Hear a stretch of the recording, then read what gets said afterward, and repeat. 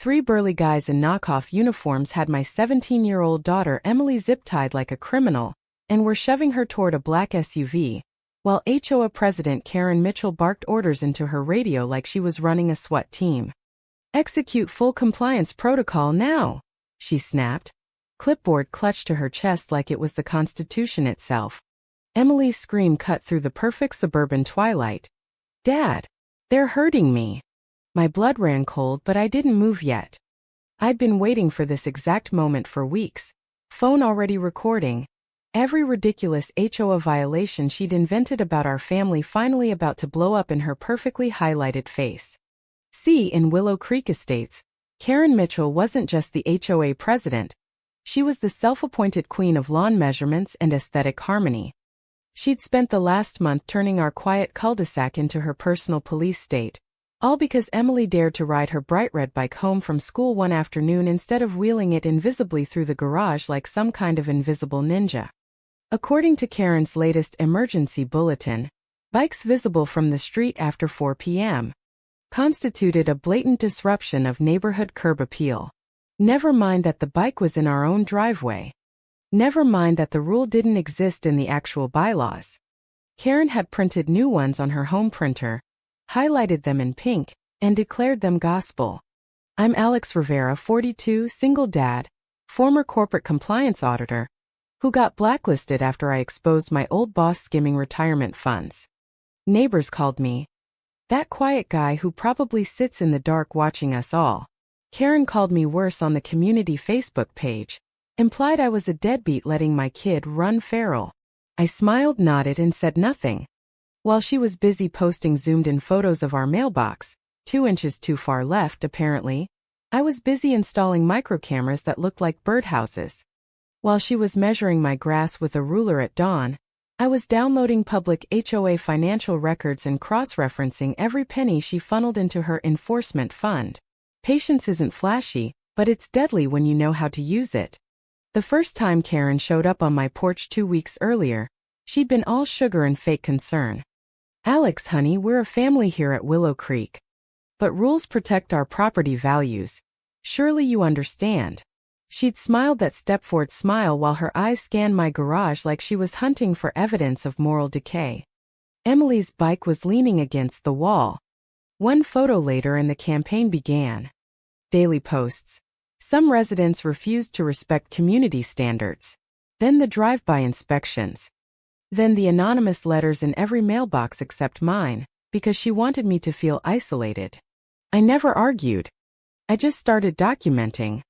Every visit, every voice memo she left on my machine, every late-night board meeting where she convinced the other members, all terrified of her, to approve a $15,000 security enhancement budget. That money went straight to Elite Compliance Solutions, 3 ex-mall cops who now wore fake badges and called themselves HOA enforcement officers. Karen had them practicing in her driveway, complete with scripted lines. "Ma'am, this is official HOA business." I had it all on video. The moment she signed the contract. The moment she told them, "Make an example of the Rivera girl so the rest fall in line." But I waited. Because exposing her too early would have let her spin it as harassment. I needed her to go all the way. And tonight she finally did. The SUV door slammed open. One of the fake officers, let's call him Biff because he looked like every gym bro who peaked in high school, yanked Emily's arm harder than necessary. Her backpack spilled notebooks across the sidewalk. Karen stepped closer, voice dripping with that phony politeness she reserved for public moments. "We tried reasoning, Alex. Section 14.7 clearly states that repeated aesthetic violations warrant immediate compliance intervention. Your daughter has been warned." I finally spoke, voice low and steady. "Karen, there is no Section 14.7. I read the actual bylaws. Twice. While you were busy photoshopping them." Her smile twitched, just a flicker, but the mask stayed on. "This isn't personal. This is about protecting everyone's investment." She waved at the gathering neighbors like she was giving a TED Talk on suburban utopia. Mrs. Hargrove from across the street clutched her Yorkie a little tighter. "Mr. Patel pretended to water his already perfect roses but kept his phone pointed our way. They all knew Karen's wrath could turn on them next. Biff started pushing Emily toward the open door. Transporting subject to compliance facility for processing. He recited like he'd watched too many cop shows. Emily looked back at me, eyes wide with real fear. That was my cue. I didn't lunge. I didn't yell. I simply raised my phone and hit play on the speaker. Karen's own voice filled the cul-de-sac crystal clear. I want the Rivera girl detained publicly. Make sure the whole street sees what happens when you defy HOA authority. Double their fee if you have to. Just get it done tonight. The fake officers froze. Biff's hand dropped from Emily's arm like it burned. Karen's face went the color of spoiled milk. That's edited, she sputtered, but her voice cracked. Because everyone recognized her nasal tone, the little laugh she did when she thought she was being clever. I kept going, calm as a Sunday audit. That's not all.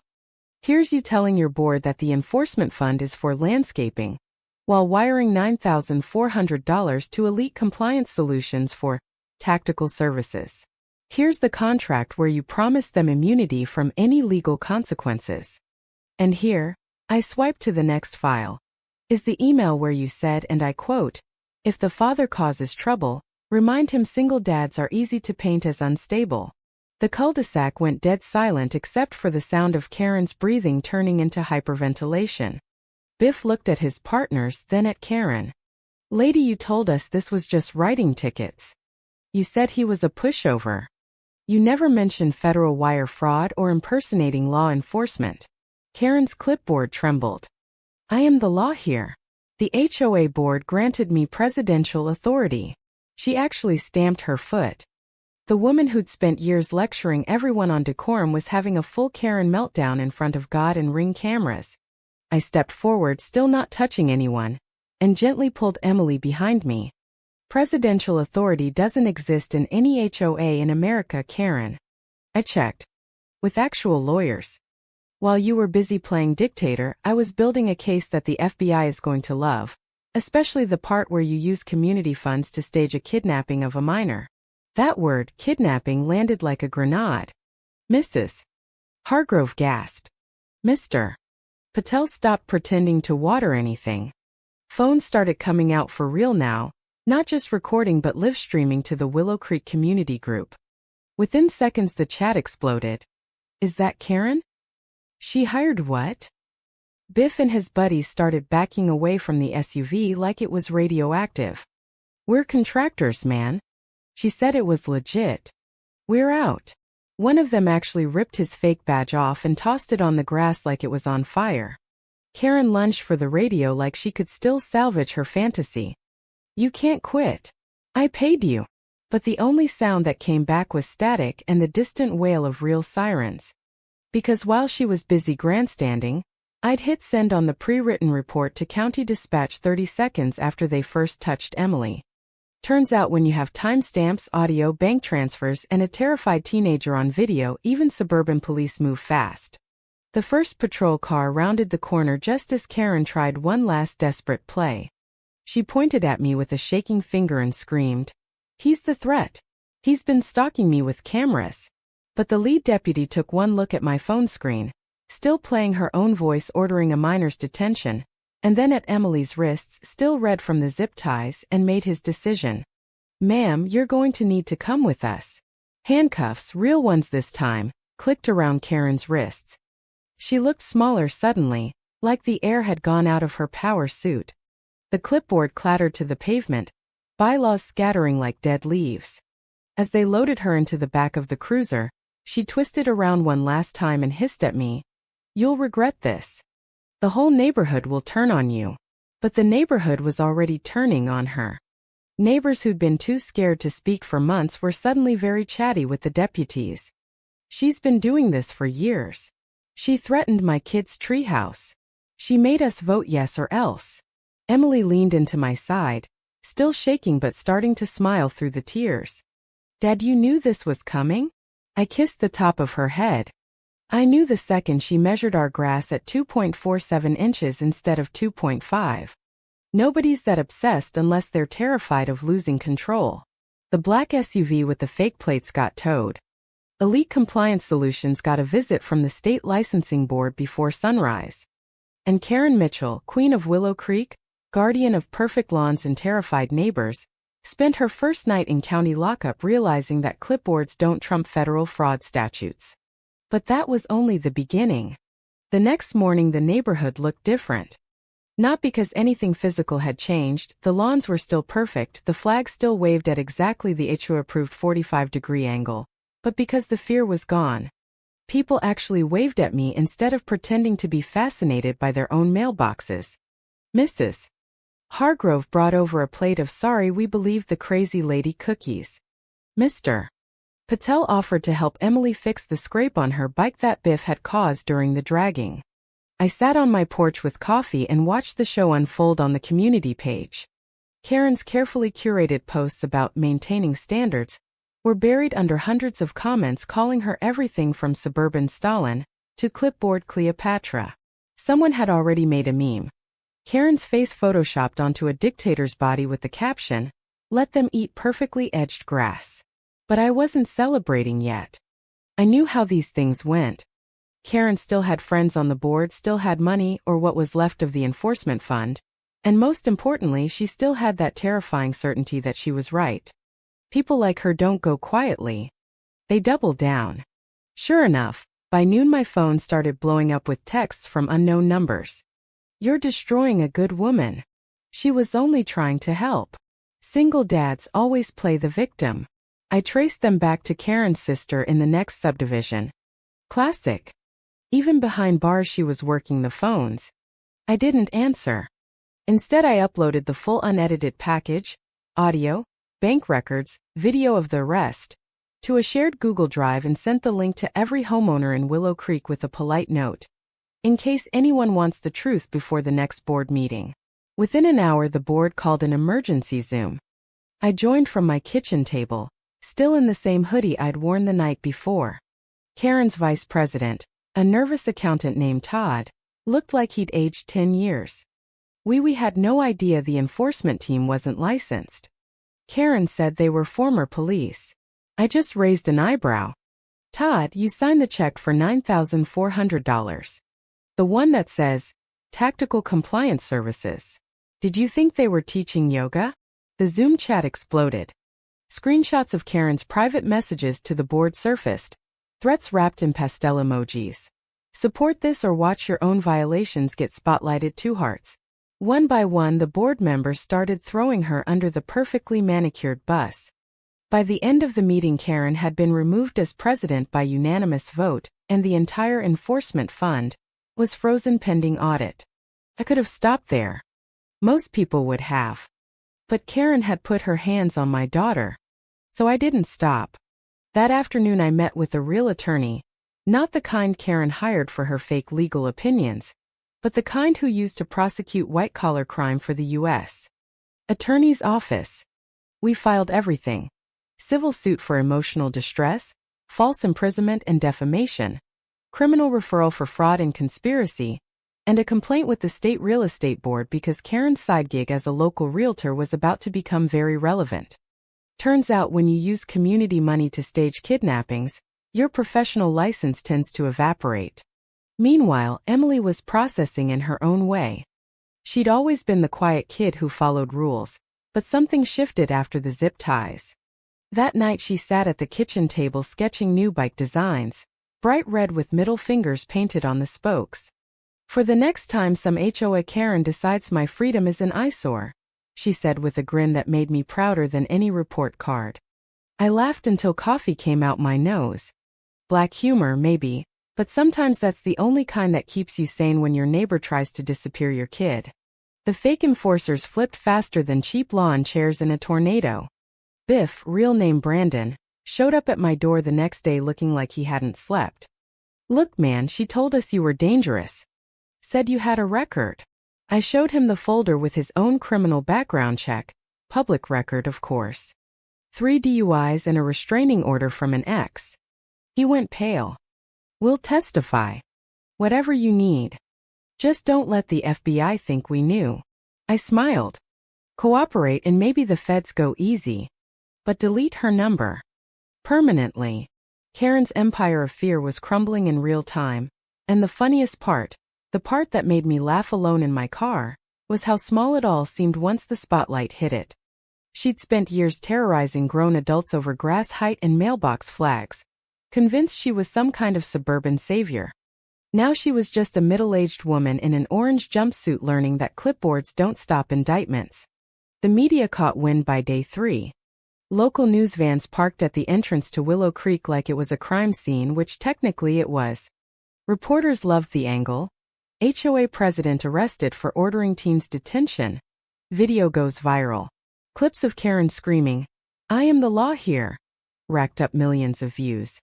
Someone started a GoFundMe for Emily's therapy bike fund that hit $8,000 in 6 hours.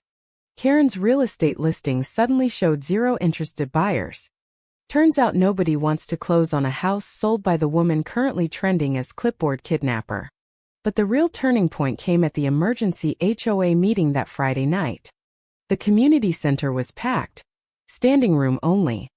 I sat in the back with Emily, both of us eating popcorn like it was a movie. Todd the accountant read the new proposed bylaws in a voice that shook.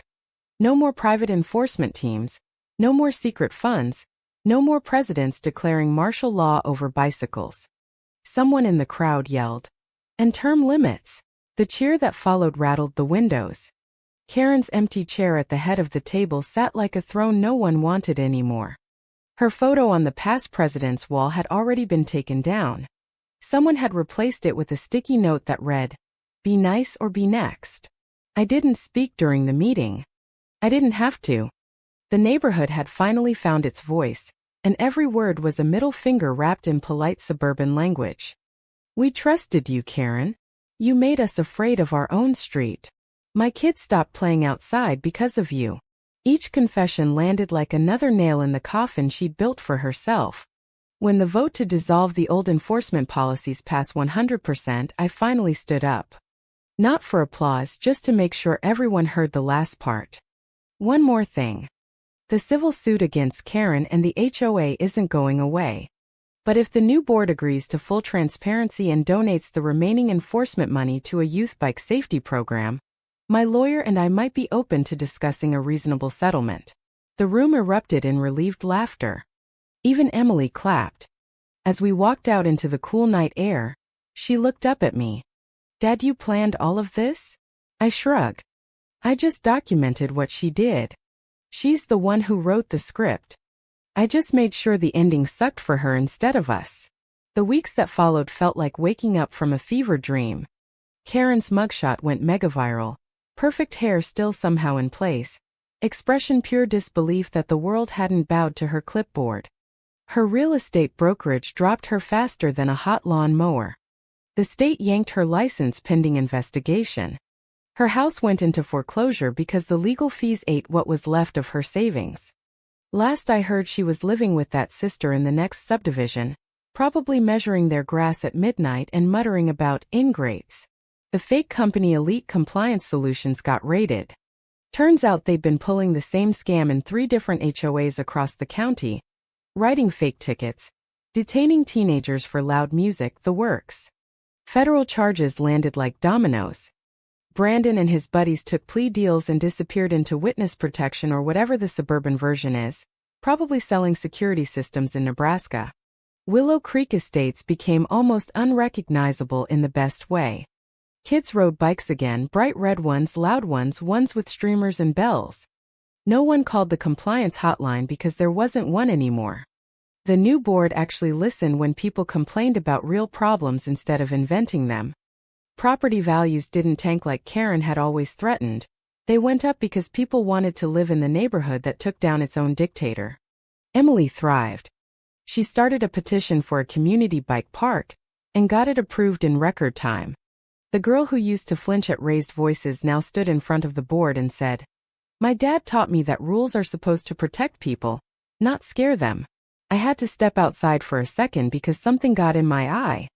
As for me, I went back to my quiet compliance work. Only now neighbors brought me their HOA notices asking for translation. Alex, does this mean I can't have a garden gnome? Alex, Karen used to fine us for this. Is it still illegal? I answered every question with the same line. Read the actual bylaws. If it sounds made up, it probably is. One quiet evening about 2 months later, a moving truck pulled up to Karen's old house.